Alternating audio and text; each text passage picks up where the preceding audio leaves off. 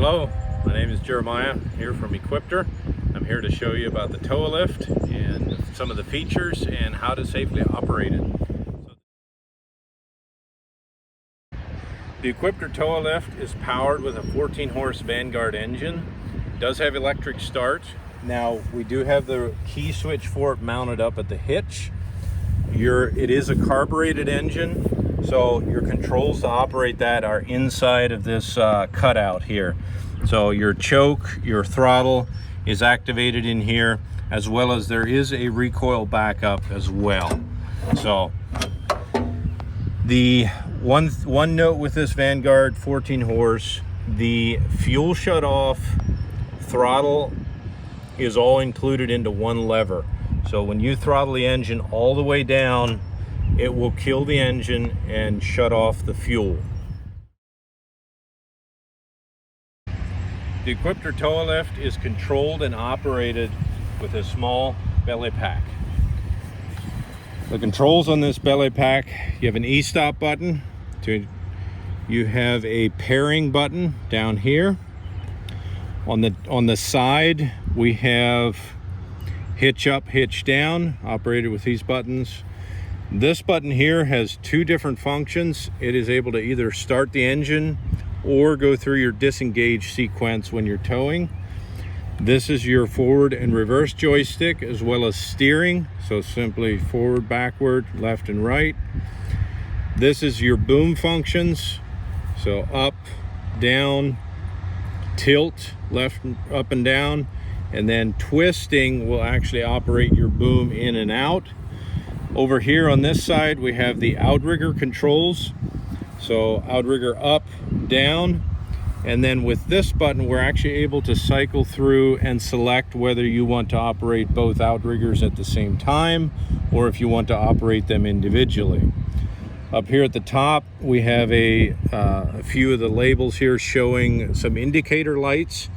We have ready to engage, tow mode active. Now these two have to do with the hookup and disconnect sequence. Fork level assist, that's an indicator light for that. We have work lights on the Tow-A-Lift. That indicator comes on when those are on. And then you're over here on the right, when you cycle through the outriggers, this here will light up accordingly.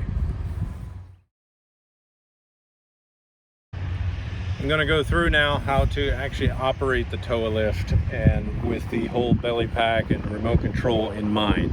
So I'm going to turn the key switch on, allow the computer to boot up.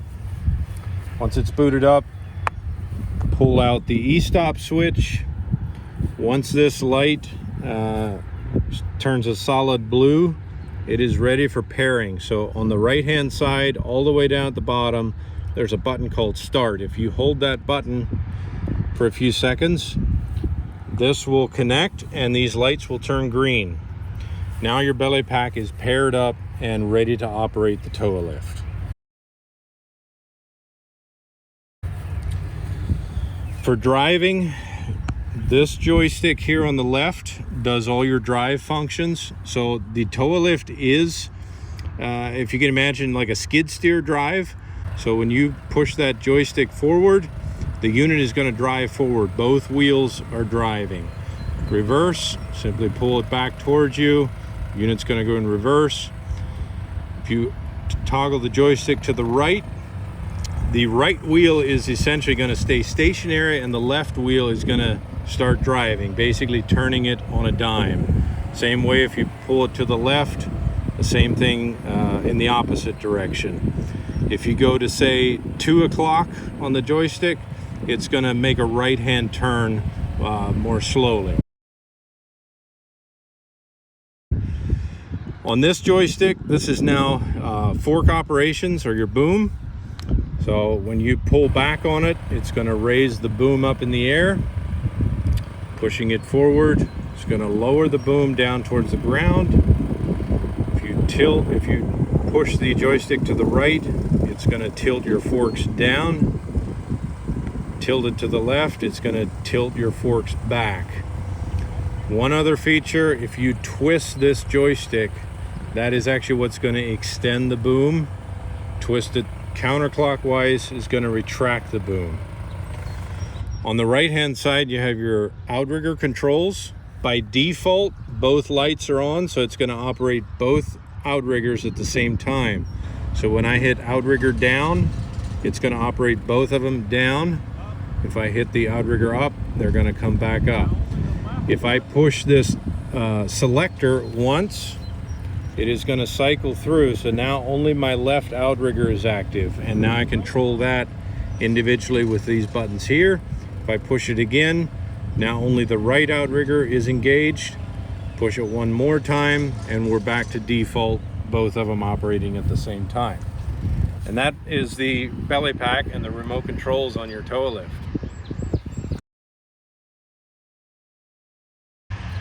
I'm going to demonstrate to you today here how to take the Tow-A-Lift from the work mode or operation mode and hook it up to your vehicle, how to go to tow mode.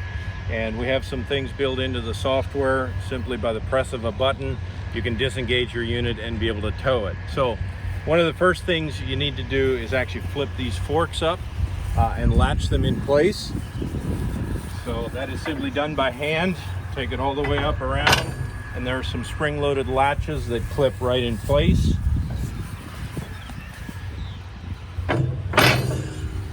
Okay, from there then you simply want to power your unit up, pull the Tow-A-Lift up to the vehicle. I typically start out with the hitch slightly lowered, at least close. Pull up to the vehicle, lower the hitch the rest of the way down onto the ball and secure it.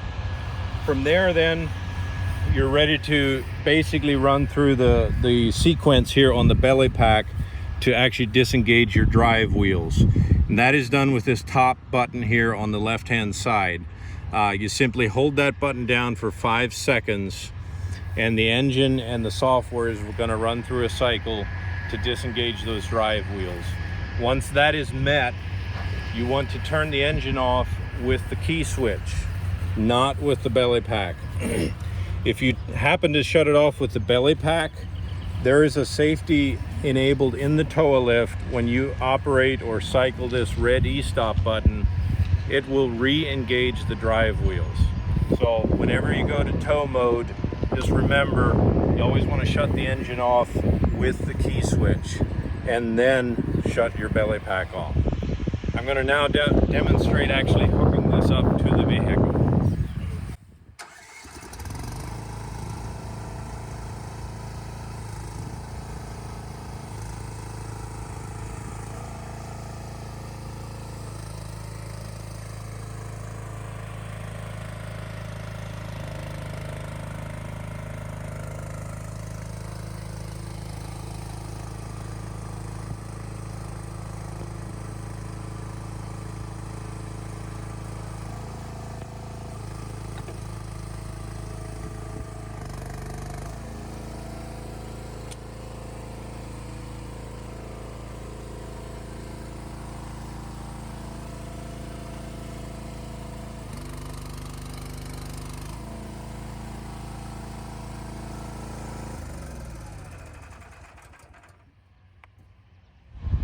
We now have the Tow-A-Lift hooked up to the tow vehicle. So now it's just standard trailer connections. You have your safety chains. Want to get them connected.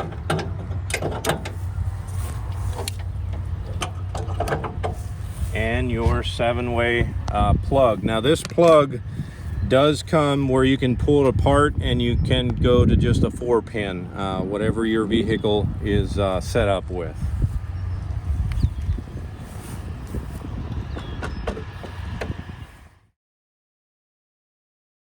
I'm going to walk you through how to get your Tow-A-Lift from the tow vehicle and get it set back up to operation or work mode.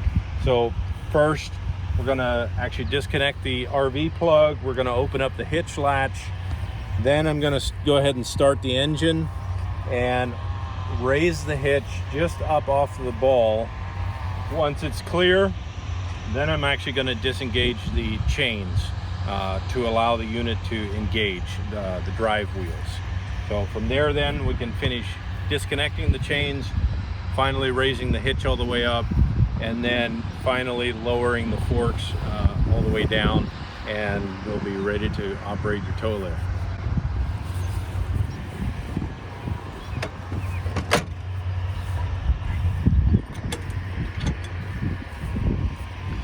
And this nice handy hook for you. Okay.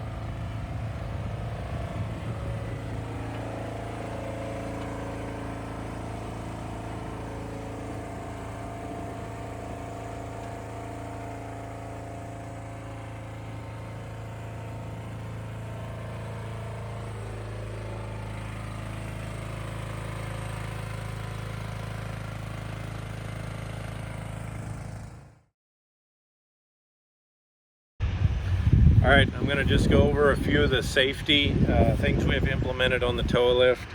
So one quick thing is when you hit the E-stop on your belly pack, when you hit that, the engine isn't actually going to shut off immediately. It's going to run through a cycle where it re-engages the drive wheels just to make sure that those are engaged, and then it is going to turn your engine off. And one of the reasons we do that is when the drive wheels are engaged, the drives have what they call SAR brakes, or spring applied hydraulic release brakes at each wheel. That is going to keep those wheels engaged and prevent a freewheel scenario. The other thing, we have two outriggers on the back, so anytime you're lifting a heavy load or you have your boom extended and need to add that safety, it is up to you, the operator, to determine the load you're picking up.